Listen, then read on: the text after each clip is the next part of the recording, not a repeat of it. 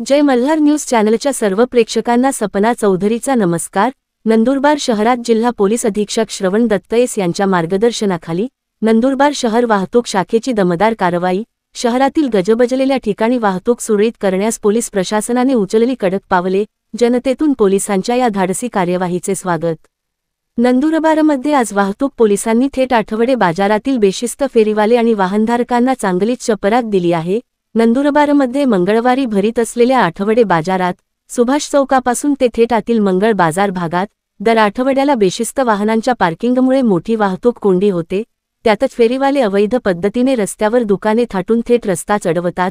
त्यामुळे वाहतूक शाखेचे सहाय्यक पोलीस निरीक्षक राजन मोरे यांनी आज अशा पद्धतीने बेशिस्त पद्धतीने दुचाकी लावणारे आणि फेरीवाल्यांना स्पॉटवर जाऊन शिस्तबद्ध पद्धतीने नागरिकांना बाजाराकरिता रस्ता मोकळा केला।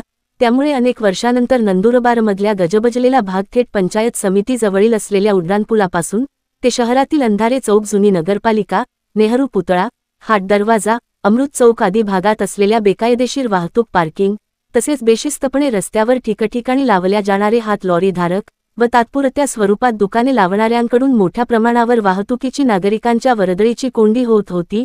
आज नंदुरबार शहरातील सर्वात गजबजलेला परिसर ओळख असलेल्या मंगल बाजार व सुभाष चौकाने देखील मोकळा श्वास घेतल्याचे दिसून आले। यासोबतच आमदार कार्यालय परिसर, नेहरू चौक, हाट दरवाजा आणि पंचायत समिती परिसरातील बेशिस्त पद्धतीने वाहने पार्क करणाऱ्यावर देखील कारवाईचा बडगा उचलण्यात आला आहे। मुळातच नंदुरबारच्या बेशिस्त वाहतुकीचे नियमन करण्यासाठी वाहतूक शाखेच्या या पावलाचे स्वागत केले जात आहे। सपना चौधरी, जय मल्हार न्यूज, नंदुरबार।